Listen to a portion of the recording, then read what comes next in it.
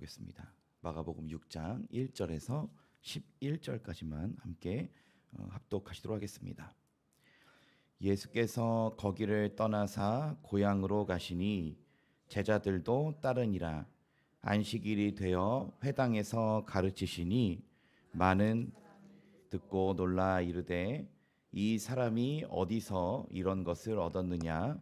이 사람이 받은 지혜와 그 손으로 이루어지는 이런 권능이 어찌 됨이냐? 이 사람이 마리아의 아들 목수가 아니냐? 야고보와 요셉과 유다와 시몬의 형제가 아니냐? 그 누이들이 우리와 함께 여기 있지 아니하냐 하고 예수를 배척한지라. 예수께서 그들에게 이르시되 선지자가 자기 고향과 자기 친척과 자기 집 외에서는 존경을 받지 못함이 없느니라 하시며, 거기서는 아무 권능도 행하실 수 없어 다만 소수의 병자에게 안수하여 고치실 뿐이었고, 그들이 믿지 않음을 이상히 여기셨더라. 이에 모든 촌에 두루 다니시며 가르치시더라. 12제자를 부르사 둘씩 둘씩 보내시며 더러운 귀신을 제어하는 권능을 주시고 명하시되 여행을 위하여 지팡이 외에는 양식이나 배낭이나 전대의 돈이나 아무것도 가지지 말며 신만 신고 두벌 옷도 입지 말라 하시고, 또 이르시되 어디서든지 누구의 집에 들어가거든 그곳을 떠나기까지 거기 유하라. 어느 곳에서든지 너희를 영접하지 아니하고 너희 말을 듣지도 아니하거든 거기서 나갈 때에 발 아래 먼지를 떨어버려 그들에게 증거를 삼으라 하시니. 아멘. 하나님의 권능이란 주제로 말씀을 나누고자 합니다. 여러분, 하나님의 나라가 이미 우리 가운데 임하셨습니다. 이미 우리는 예수 안에서 하나님의 나라를 지금 누리면서 살아가고 있는 자들입니다.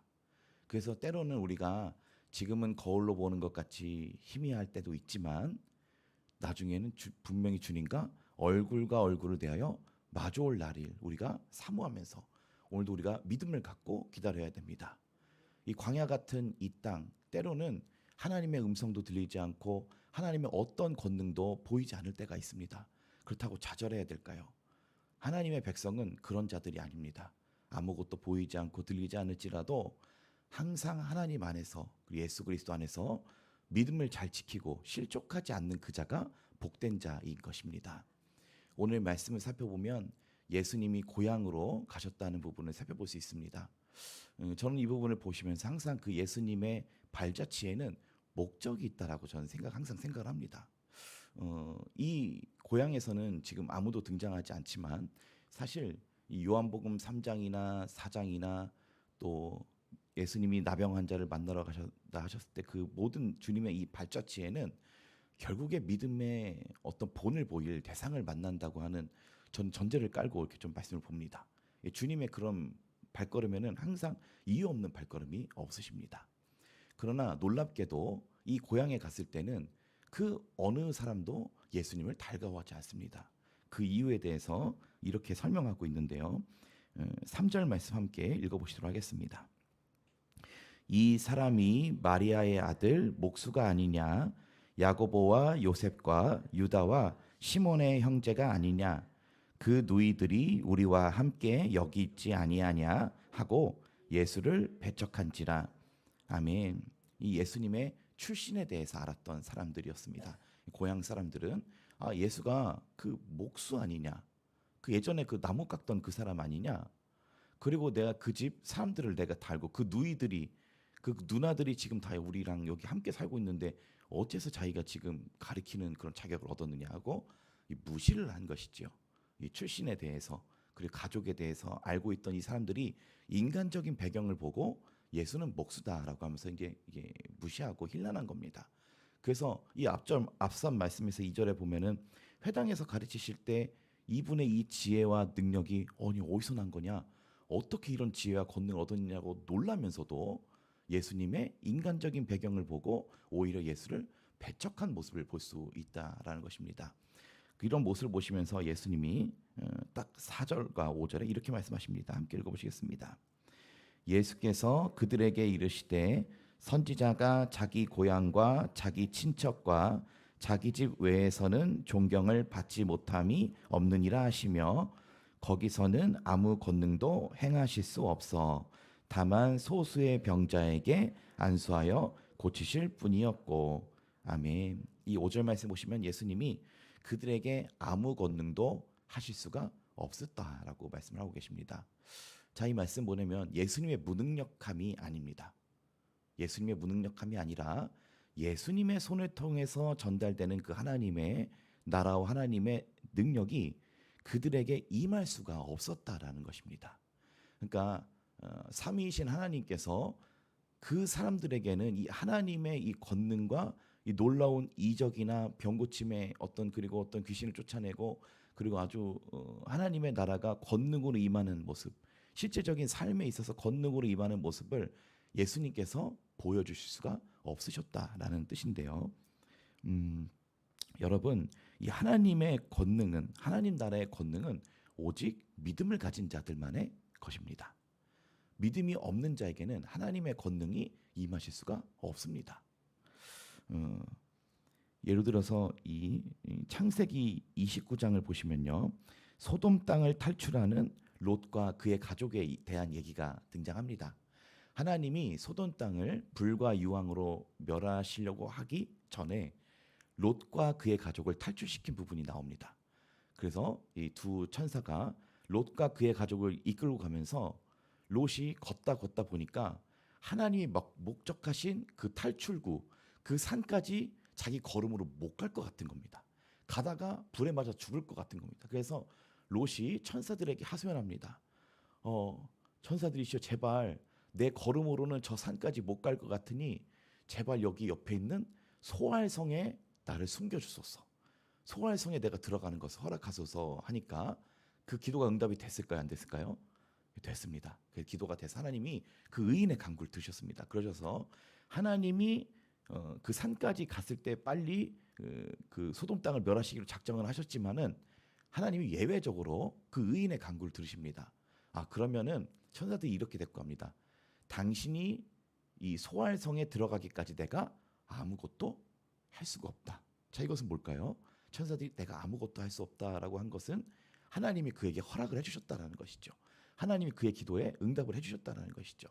자, 그래서 이 부분을 좀 살펴보면은 의인의 간구는 하나님께서 응답을 하시고 오히려 심판 중에서라도 구원하시는 하나님의 능력을 살펴볼 수 있습니다.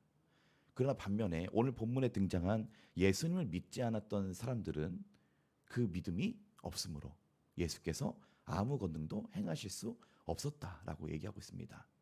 여러분, 우리가 하나님의 능력을 경험하려면, 그리고 하나님의 권능을 경험하려면 우리에게 먼저 요구되는 것이 있습니다. 그것은 오늘도 하나님을 신뢰하는 겁니다. 믿음이 없는 자는 하나님을 기쁘시게 하지 못하니 하나님께 나아가는 자는 반드시 그가 계신 것과 그가 자기를 바라는 자들에게 상 주시는 이심을 믿어야 할지니라. 이 히브리서 11장 믿음장의 말씀에 하고 있습니다. 하나님을 기쁘시게 하는 게 뭔가? 하나님을 신뢰한다라는 것입니다. 하나님을 믿는 것입니다. 상황이 녹록하기 때문에 하나님을 신뢰할 수 있는 걸까요? 그렇지 않습니다. 하나님께서는 때로 아브라함에게 믿을 수 없는 것 같은 환경을 주시면서도 믿음을 요구하실 때가 있습니다. 때로는 우리의 상황 가운데 하나님을 정말 신뢰할 수가 없을 것 같은 그런 광야 같은 삶 속에서도 하나님께서 믿음을 요구하실 때가 있다는 것입니다. 왜 그럴까요? 그것이 진정한 믿음이기 때문에 그렇습니다. 그 상황이 돼야만 진정한 하나님에 대한 신뢰가 보여지기 때문에 그렇습니다. 주께서도 아브라함이 그러시죠. 내가 이제야 네가 나를 경외한 줄 내가 알았다. 하나님께서 이런 말씀하시지 않습니까?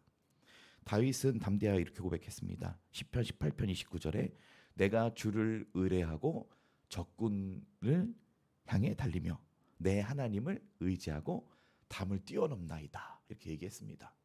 다윗 안에 있었던 그 용기가 어디서 나오는 겁니까?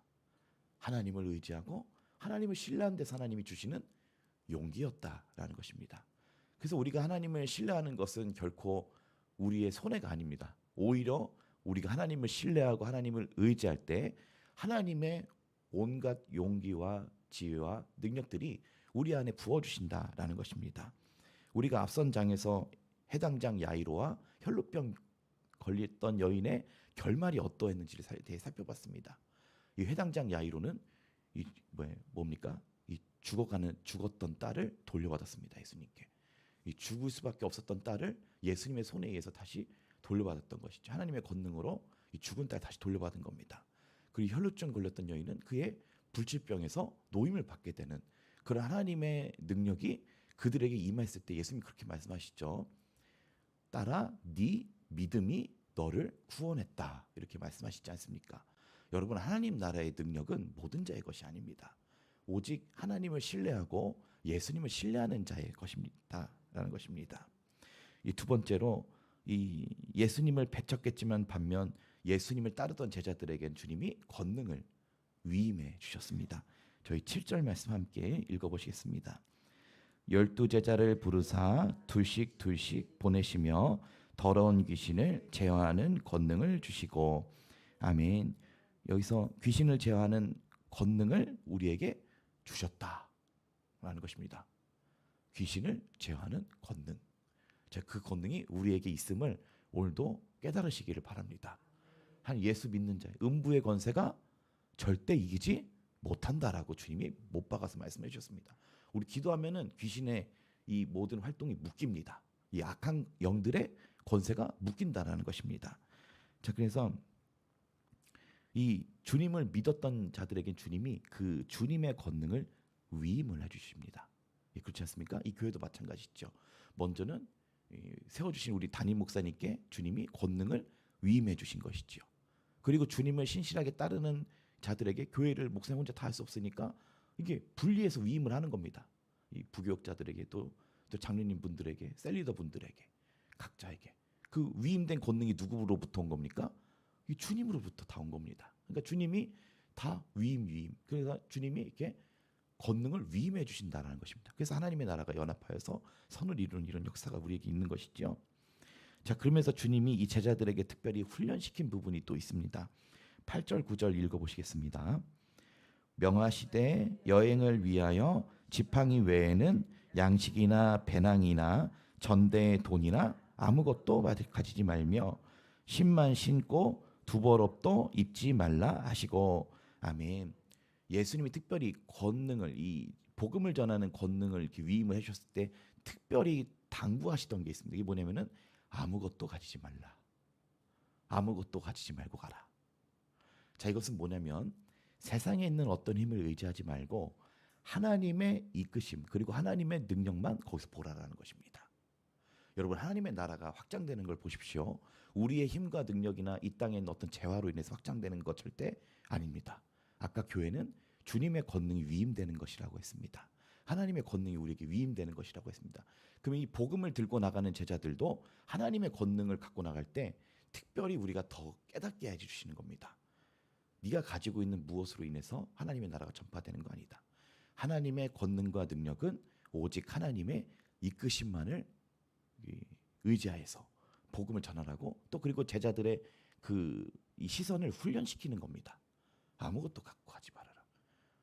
반대로 얘기하면 우리가 아무것도 가지지 않아도, 돈이 없어도, 집이 없어도 나를 통해 하나님의 나라가 전파될 수 있을까요? 없을까요? 있습니다. 오직 하나님의 이끄심만 바라보고 전달하라 이겁니다. 여러분, 우리가 아무것도 없는 것 같아도 부유하게 할 수 있는 자요, 그리고 또 가난한 자 같으나 부유하게 할 수 있는 자요. 자, 우리가 그런 자다라는 것입니다. 하나님의 이끄심만 바라보고 하나님의 이끄심으로 말미암아 우리를 훈련시키는 주님이시다라는 것입니다. 이 마지막으로 반면에 여전히 믿지 못하던 자들을 향해서 경고하십니다. 11절 말씀 읽어보시겠습니다. 어느 곳에서든지 너희를 영접하지 아니하고 너희 말을 듣지도 아니하거든 거기서 나갈 때에 발 아래의 먼지를 떨어버려 그들에게 증거를 삼으라 하시니. 아멘. 이 주님이 복음을 전하라고 권한을 위임을 하시면서 반면에 복음을 받지 않는 집들에 대한 경고를 하십니다. 자, 그런 어떤 경고의 표징이냐? 발 혹은 그 자기 발에 신을 털어버리는 행위. 이 발밑에 밑었던 그 흙이나 먼지를 털어버리는 행위를 그들에게 하면서 그들에게 증거로 삼아라, 이 사인으로 삼아라, 표적으로 삼아라, 그들에게 보여줘라라고 이제 그런 행위적인 증거를 삼으라라고 하셨는데요. 자, 이것은 이 유대인들의 풍습과 관련이 있습니다. 이 유대인들이 여행을 해서 이방 땅을 방문했다가 다시 자기의 그 고향으로 돌아올 때 그 유대인의 땅에 들어오기 전 그 경계에서 하는 의식이 있었습니다. 그것은 바로 이방인의 땅을 밟았던 그 발에 있었던 흙을 털어버리는 행위였습니다. 자, 이 말씀은 한마디로 우리는 하나님의 선민이고 그들은 하나님의 백성이 아니다라는 생각에서 그 타 지역을 여행하고 돌아올 때는 신발에 묻었던 그 흙을 내 조국 안에 하나님의 그 나라 안에 들일 수 없다라고 생각해서 그 흙까지도 다 싹 다 털어버리고 들어온 겁니다. 이런 건 들어올 수 없다라는 말이에요. 그런데 이와 같이 주님도 복음을 받지 않는 그들을 향해서 신을 털어버리라라고 경고하고 있다는 것입니다. 이것은 뭐지? 한마디로 하나님의 나라가 그들에게 왔으나 하나님의 나라를 받지 않는 그들에게 신을 털어버리는 이런 영적 행동을 통해서 그들에게 확실히 하나님의 복을 받은 이방인이다라고 주님이 경고하라고 그들에게 하셨다라는 것입니다. 오늘 말씀을 좀 정리하도록 하겠습니다. 오늘 말씀에선 주님이 고향을 방문하셨고 이상히 여기실 정도로 믿음을 갖지 않았던 그들을 향해서 아무 권능도 행하실 수 없다라고 말씀하셨습니다. 반면 제자들에겐 귀신을 제어할 권능을 주셨고 위임해 주셨고 복음을 전하게 하시되 또 아무것도 가지지 말고 가라는 하나님의 이끄심만 바라보라고 하는 이런 훈련을 또 시키셨습니다.